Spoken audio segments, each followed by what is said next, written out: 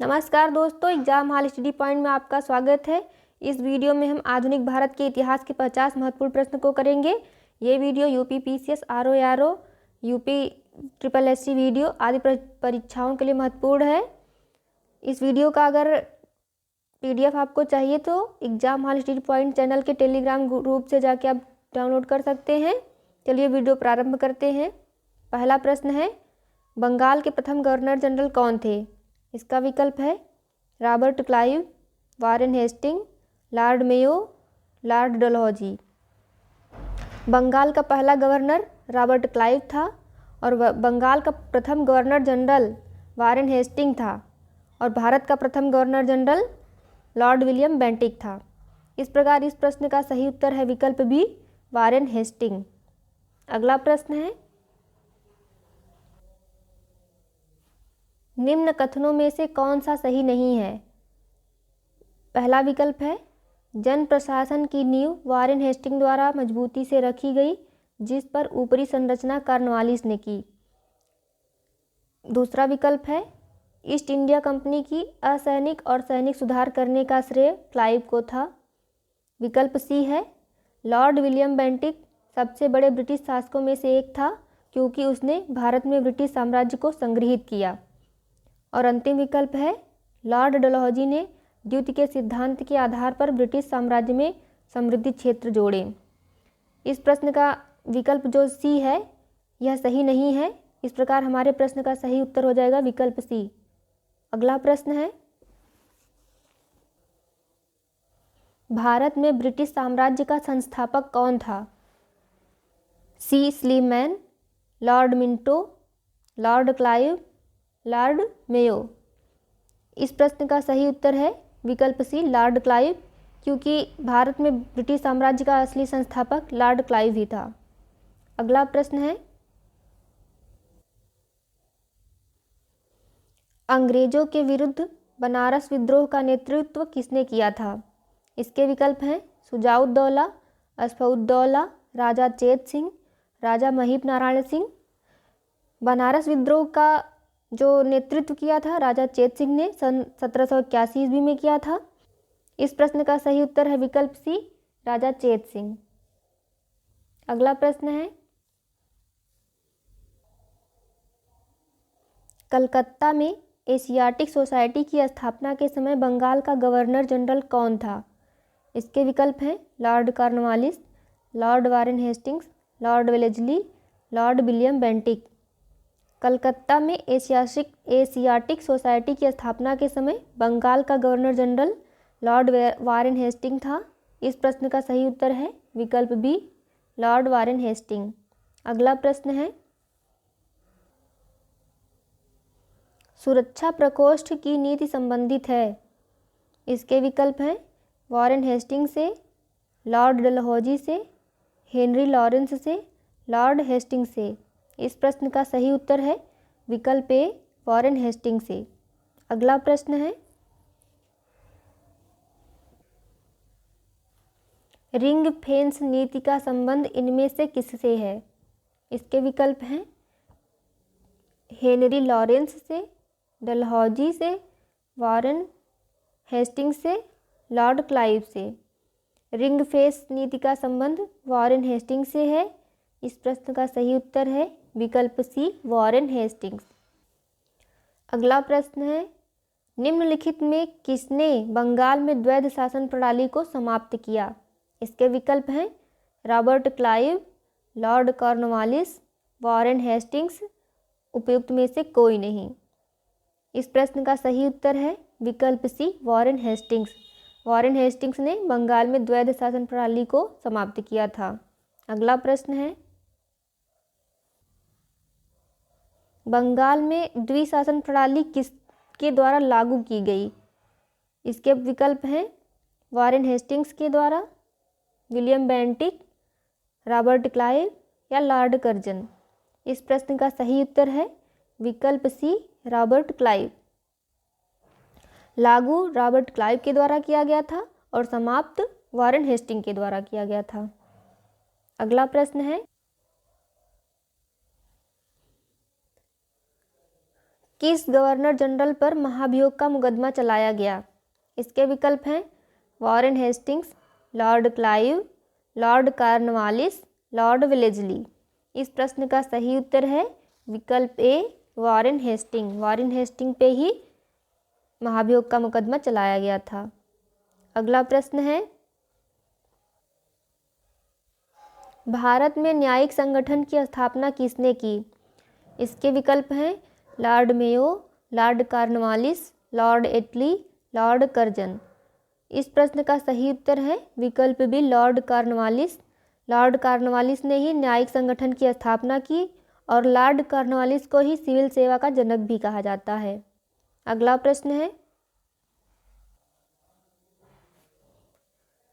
Lord Wellesley द्वारा लागू की गई सहायक संधि व्यवस्था के बारे में निम्नलिखित में से कौन सा कथन लागू नहीं होता है? पहला विकल्प है दूसरों के खर्च पर एक बड़ी सेना बनाए रखना, यह सही है। अगला विकल्प है भारत को नेपोलियन के खतरे से सुरक्षित रखना, यह भी सही है। अगला विकल्प है कंपनी के लिए एक नियत आय का प्रबंध करना, ये गलत है। और अगला विकल्प है भारतीय रियासतों के ऊपर ब्रिटिश सर्वोच्चता स्थापित करना, यह भी सही है। तो इसमें पूछा गया कौन सा कथन लागू नहीं होता है। सही उत्तर हो जाएगा विकल्प सी, कंपनी के लिए एक नियत आय का प्रबंध करना, ये लागू नहीं होता। अगला प्रश्न है, सहायक संधि को स्वीकार करने वाला पहला शासक कौन था? इसके विकल्प हैं अवध का नवाब, हैदराबाद का निजाम, पेशवा बाजीराव द्वितीय और अगला विकल्प है ट्रावनकोर का राजा। सहायक संधि को स्वीकार करने वाले पहले शासक अवध के नवाब थे और प्रथम मराठा पेशवा बाजीराव द्वितीय थे। इस प्रश्न का सही उत्तर है विकल्प ए अवध का नवाब। अगला प्रश्न है, सहायक संधि व्यवस्था को स्वीकार करने वाले प्रथम भारतीय देशी शासक कौन थे? विकल्प है ग्वालियर के सिंधिया, हैदराबाद के निजाम, पंजाब के दलीप सिंह, बड़ौदा के गायकवाड़, नागपुर के भोसले। इस प्रश्न का सही उत्तर है विकल्प बी हैदराबाद के निजाम। अगला प्रश्न है, निम्नलिखित पर विचार कीजिए। जिन्होंने लॉर्ड वेलेस्ली के साथ सहायक संधि की थी और उनके द्वारा किए गए संधियों का सही कालानुक्रम नीचे दिए हुए कूट से पता कीजिए। इसके विकल्प हैं हैदराबाद, मैसूर, अवध, सिंधिया। इसका कालानुक्रम बताना है। इसके विकल्प इस प्रकार हैं। इसका सही क्रम है हैदराबाद, मैसूर, अवध, सिंधिया। इस प्रकार सही उत्तर है विकल्प ए 1, 2, 3 और 4। अगला प्रश्न है, ईस्ट इंडिया कंपनी का राजपूत राज्यों से सहायक संधि करने का मुख्य उद्देश्य था। इसके विकल्प हैं शत्रुओं के विरुद्ध सैनिक सहायता प्राप्त करना, मराठा पिंडारी आक्रमण से इन राज्यों की सुरक्षा, खिराज के रूप में धन प्राप्त करना, अंग्रेजों की प्रभुसत्ता स्थापित करना। इस प्रश्न का सही उत्तर है विकल्प डी अंग्रेजों की प्रभुसत्ता स्थापित करना। अगला प्रश्न है, आंग्ल नेपाल युद्ध जिसके शासनकाल में हुआ था वह है।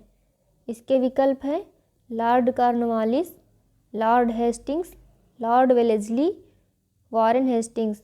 आंग्ल नेपाल युद्ध लॉर्ड हेस्टिंग्स के शासनकाल में हुआ था। इस प्रश्न का सही उत्तर है विकल्प बी लॉर्ड हेस्टिंग्स। अगला प्रश्न है, सुगौली की संधि हुई थी 1800 ईस्वी में, 1803 ईस्वी में, 1805 ईस्वी में या 1815 ईस्वी में। इस प्रश्न का सही उत्तर है विकल्प डी 1815 ईस्वी में। आंग्ल नेपाल युद्ध 1814 से 1816 ईस्वी में हुआ था और सुगौली की संधि 1815 ईस्वी में हुई थी। अगला प्रश्न है,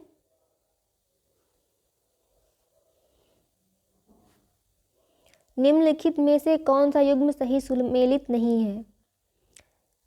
इसके विकल्प हैं हेक्टर मुनरो, बक्सर का युद्ध, लॉर्ड हेस्टिंग्स आंग्ल नेपाल युद्ध, लॉर्ड वेलेस्ली चतुर्थ आंग्ल मैसूर युद्ध, लॉर्ड कॉर्नवालिस तृतीय आंग्ल मराठा युद्ध। पहला विकल्प हेक्टर मुनरो, ये बक्सर के युद्ध से संबंधित है, ये सही है। दूसरा विकल्प लॉर्ड हेस्टिंग्स, ये आंग्ल नेपाल युद्ध से संबंधित है, ये भी सही है। लॉर्ड वेलेस्ली चतुर्थ आंग्ल मैसूर युद्ध से संबंधित है, ये भी सही है। विकल्प डी लॉर्ड कॉर्नवालिस, ये तृतीय आंग्ल मराठा युद्ध से संबंधित नहीं है, अतः यही विकल्प सुमेलित नहीं है। इस प्रकार सही उत्तर है विकल्प डी। अगला प्रश्न है, सर टॉमस मुनरो किन वर्षों में मद्रास के गवर्नर रहे? विकल्प ए 1820 से 1827, 1819 से 1826, 1822 से 1829 या 1818 से 1825। टॉमस मुनरो 1820 से 1827 में मद्रास के गवर्नर थे। इस प्रश्न का सही उत्तर है विकल्प ए 1820 से 1827। अगला प्रश्न है, तथाकथित कुशासन के आधार पर किस गवर्नर जनरल ने मैसूर राज्य के प्रशासन को ले लिया था? इसके विकल्प हैं लॉर्ड वेलेस्ली ने, लॉर्ड हेस्टिंग ने, लॉर्ड विलियम बेंटिक ने, लॉर्ड हार्डिंग ने। इस प्रश्न का सही उत्तर है विकल्प सी लॉर्ड विलियम बेंटिक ने। इसने ही कुशासन के आधार पर मैसूर को अपने प्रशासन में ले लिया था। अगला प्रश्न है, ठगों के दमन में निम्नलिखित में से कौन संबद्ध था? इसके विकल्प हैं General Henry Prendergast, Captain Sleeman, Alexander Burnes, Captain Robert Pemberton. इस प्रश्न का सही उत्तर है विकल्प बी कैप्टन स्लीमैन। अगला प्रश्न है, सती प्रथा पर पाबंद किसने लगाई? इसके विकल्प हैं वॉरेन हेस्टिंग्स ने, लॉर्ड कर्जन ने, विलियम बेंटिक ने या लॉर्ड कैनिंग ने। इस प्रश्न का सही उत्तर है विकल्प सी विलियम बेंटिक ने। अगला प्रश्न है, विलियम बेंटिक के द्वारा सती प्रथा किस वर्ष समाप्त की गई? इसके विकल्प हैं 1825 ईस्वी, 1827 ईस्वी, 1829 ईस्वी और 1830 ईस्वी। इस प्रश्न का सही उत्तर है विकल्प सी 1829 ईस्वी। 1829 ईस्वी में विलियम बेंटिक के द्वारा सती प्रथा समाप्त किया गया था। अगला प्रश्न है, लॉर्ड डलहौजी द्वारा अवध का अंग्रेजी राज में विलय निम्न में से किस रीति से हुआ था? इसके विकल्प हैं अपहरण की नीति द्वारा, युद्ध द्वारा, सहायक संधि द्वारा, कुप्रशासन के कारण। इस प्रश्न का सही उत्तर है विकल्प डी कुप्रशासन के कारण। अगला प्रश्न है, ब्रिटिश साम्राज्य में अवध का विलय हुआ था 1853 में, 1854 में, 1855 में या 1856 में? ब्रिटिश साम्राज्य में अवध का विलय 1856 में हुआ था। इस प्रश्न का सही उत्तर है विकल्प डी 1856। अगला प्रश्न है, ब्रिटिश द्वारा कुशासन का बहाना लेकर निम्नलिखित प्रांतों में से किस एक का शासक हटा दिया था? इसके विकल्प हैं अवध, झांसी, नागपुर, सतारा। इस प्रश्न का सही उत्तर है विकल्प ए अवध। अवध के शासक को कुशासन का बहाना लेकर हटा दिया गया था। अगला प्रश्न है, लॉर्ड डलहौजी की विलय नीति का प्रथम शिकार निम्नलिखित में से कौन हुआ था? इसके विकल्प हैं झांसी, सतारा, करौली, संबलपुर। सर्वप्रथम सतारा इस विलय नीति का शिकार हुआ था। इस प्रकार इस प्रश्न का सही उत्तर है विकल्प बी सतारा। अगला प्रश्न है, जेम्स एंड्रूज रैमजे भारत के किस गवर्नर जनरल का वास्तविक नाम था? इसके विकल्प हैं Lord Dalhousie, Lord Canning, Lord north, Lord Curzon. Lord Dalhousie का ही वास्तविक नाम जेम्स एंड्रूज रैमजे था। इस प्रश्न का सही उत्तर है विकल्प ए लॉर्ड डलहौजी। अगला प्रश्न है, अंग्रेजों द्वारा सिंध विजय संपन्न हुआ लॉर्ड एलनबरो के समय, लॉर्ड हार्डिंग्स के समय, लॉर्ड ऑकलैंड के समय, लॉर्ड एमहर्स्ट के समय। इस प्रश्न का सही उत्तर है विकल्प ए, लॉर्ड एलिनबरो के समय। अगला प्रश्न है, सिंध पर ब्रिटिश ने कब्जा किया 1843 में, 1845 में, 1849 में या 1854 में। सिंध पर ब्रिटिश ने 1843 में कब्जा किया था। सही उत्तर है विकल्प ए, 1843। अगला प्रश्न है, सिक्किम का भारत में विलय किसने किया? इसके विकल्प हैं Lord Hastings, Lord William Bentinck, Lord Dalhousie, Lord Auckland. Lord Dalhousie ने सिक्किम का भारत में विलय किया था। इस प्रश्न का सही उत्तर है विकल्प सी, लॉर्ड डलहौजी। अगला प्रश्न है, भारत में प्रथम रेलवे लाइन किस ब्रिटिश गवर्नर के समय बिछाई गई थी? इसके विकल्प हैं Lord Dalhousie, Lord Curzon, Lord Wellesley या लॉर्ड लिटन। इस प्रश्न का सही उत्तर है विकल्प ए, लॉर्ड डलहौजी। 1853 ईस्वी में बम्बई से थाड़े के बीच लॉर्ड डलहौजी द्वारा प्रथम रेलवे लाइन बिछाई गई थी। अगला प्रश्न है, भारत में प्रथम रेल लाइन का निर्माण किन नगरों के बीच हुआ था? इसके विकल्प हैं हावड़ा और सीरारामपुर, बम्बई और थाड़े, मद्रास और गंटूर, दिल्ली और आगरा। बम्बई और थाड़े के बीच में 1853 में प्रथम रेल लाइन का निर्माण हुआ था। इस प्रश्न का सही उत्तर है विकल्प बी, बम्बई और थाड़े। अगला प्रश्न है, ब्रिटिश भारतीय राज्य क्षेत्र का अंतिम प्रमुख विस्तार हुआ। इसके विकल्प हैं डफरिन के समय में, डलहौजी के समय में, लिटन के समय में, कर्जन के समय में।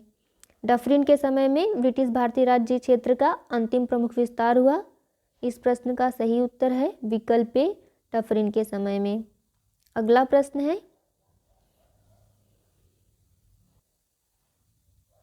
पब्लिक वर्क्स डिपार्टमेंट को 1845 से 1855 के दौरान स्वरूप देने वाले थे। इसके विकल्प हैं Lord Dalhousie, Lord Cornwallis, George Auckland, Warren Hasting. इस प्रश्न का सही उत्तर है विकल्प ए, लॉर्ड डलहौजी। अगला प्रश्न है, विधवा पुनर्विवाह अधिनियम किसके शासन में क्रियान्वित किया गया? इसके विकल्प हैं Lord Dalhousie, Lord Canning, Sir Henry Hardinge, Lord Lawrence. Ishwar Chandra Vidyasagar के प्रयासों के फलस्वरूप लॉर्ड कैनिंग के समय 26 जुलाई 1856 को विधवा पुनर्विवाह अधिनियम अधिनियमित हुआ। इस प्रश्न का सही उत्तर है विकल्प बी, लॉर्ड कैनिंग। अगला प्रश्न है, 1 नवंबर 1858 को महारानी विक्टोरिया का घोषणा पत्र इलाहाबाद में पढ़कर सुनाया था। इसके विकल्प हैं लॉर्ड विलियम बेंटिक ने, लॉर्ड कैनिंग ने, लॉर्ड बर्नहम ने, सर हरकोर्ट बटलर ने। इस प्रश्न का सही उत्तर है विकल्प बी, लॉर्ड कैनिंग ने। अगला प्रश्न है, निम्न में से कौन एक भारत का प्रथम वायसराय था? इसके विकल्प हैं Lord Clive, Lord Cornwallis, Lord Canning, Lord Ripon. Lord Canning Bharat का प्रथम वायसराय था। इस प्रश्न का सही उत्तर है विकल्प सी, लॉर्ड कैनिंग। अगला प्रश्न है,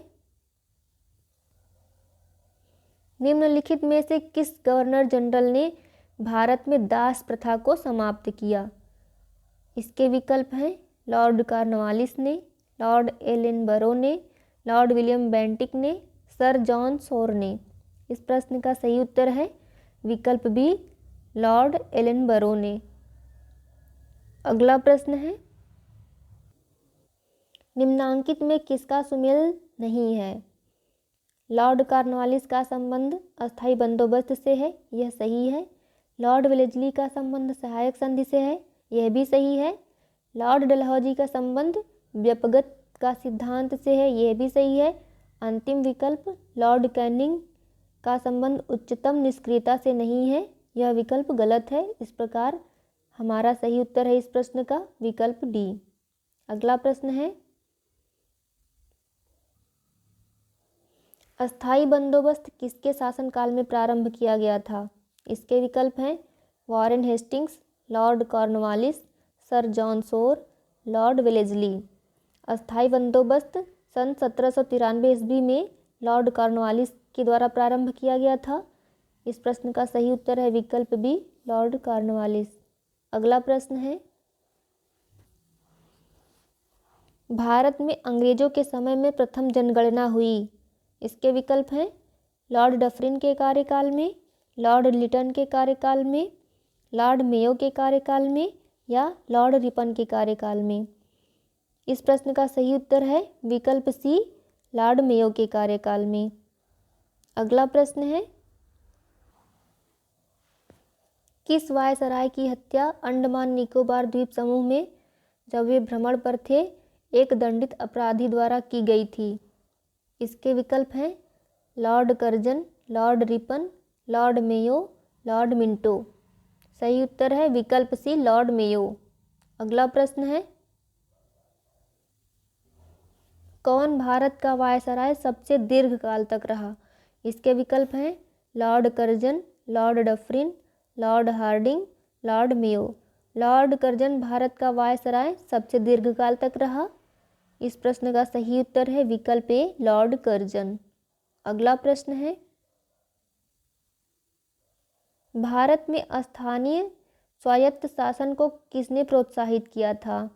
इसके विकल्प हैं Lord Mayo, Lord Lytton, Lord Canning, Lord Ripon.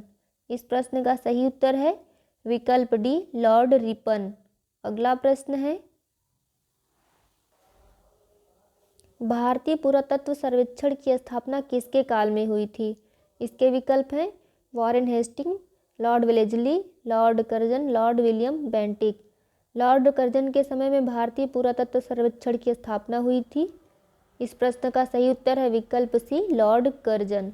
अगला प्रश्न है, भारत में कर्जन के प्रशासन की तुलना औरंगजेब से किसने की थी? इसके विकल्प हैं बाल गंगाधर तिलक, गोपाल कृष्ण गोखले, दादा भाई नौरोजी, एनी बेसेंट। इस प्रश्न का सही उत्तर है विकल्प बी, गोपाल कृष्ण गोखले। अगला प्रश्न है, प्राचीन स्मारक संरक्षण एक्ट किस गवर्नर जनरल के कार्यकाल में पारित हुआ था? इसके विकल्प हैं Lord Minto, Lord Linlithgow, Lord Curzon, Lord Canning. इस प्रश्न का सही उत्तर है विकल्प सी, लॉर्ड कर्जन। दोस्तों, हमारा आज का प्रश्न समाप्त हुआ। अगर ये वीडियो आपको हेल्पफुल लगे तो वीडियो को लाइक करिए, अपने दोस्तों के साथ शेयर करिए और इस वीडियो का PDF चाहिए तो हमारे exam hall study point Telegram channel से जाकर डाउनलोड करिए। मिलते हैं नेक्स्ट वीडियो में।